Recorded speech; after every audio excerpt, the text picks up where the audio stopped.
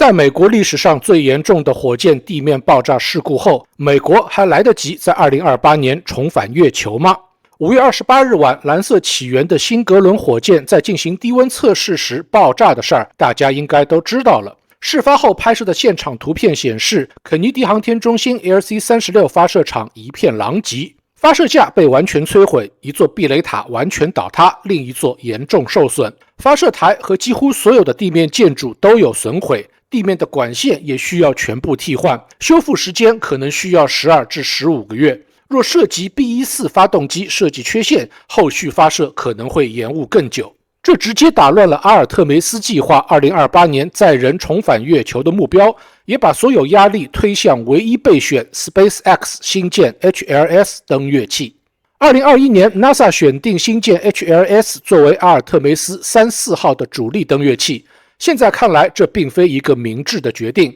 因为新建 HLS 的登月路径堪称航天史上最复杂的流程。首先需要发射一枚星舰太空加油站，然后再用至少10枚星舰运油船为加油站装满低温液氧甲烷燃料，随后发射星舰 HLS 登月器与太空加油站对接，装满低温燃料后再飞往月球，在环月轨道与 SLS 火箭发射的猎户座飞船对接，把宇航员转移到星舰 HLS 登月器后实施登月。全流程需要发射至少12枚星舰加1枚 SLS 火箭，并经历10几次太空对接，任何一个环节失误都可能造成任务失败。庞大的星舰 HLS 登月器技术跨度太大，能否如期完成研发本就令人十分担心。就算是星舰本身的研发也很缓慢，在进行了12次发射后，仍未实现全流程复用的验证。在最近的星舰 V3 首飞中，超重助推器反程点火失败，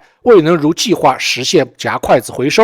上面级3台发动机中有1台故障，最终靠2台发动机溅落印度洋自毁。即使星舰 V3 在2026年内完成了全流程复用验证，星舰 HLS 登月器还需要进行至少1次在轨低温燃料加注实验。在2027年的阿尔特梅斯3号任务中，与猎户座飞船实验交会对接，然后发射至少12艘星舰，在2027年底实施一次全流程无人落月测试，才能保证2028年的载人登月节点。对 SpaceX 进度强烈不满的 NASA 于2026年初重新引入蓝色起源公司的蓝月亮马克2飞船，与新建 HLS 登月器互为备份。蓝月亮登陆器的体型比新建 HLS 小得多，仅需1枚新格伦火箭即可送入月球轨道，无需复杂的在轨加油，流程简洁，可靠性更高，能为2028的载人登月节点兜底。但这次爆炸击碎了 NASA 的备份计划，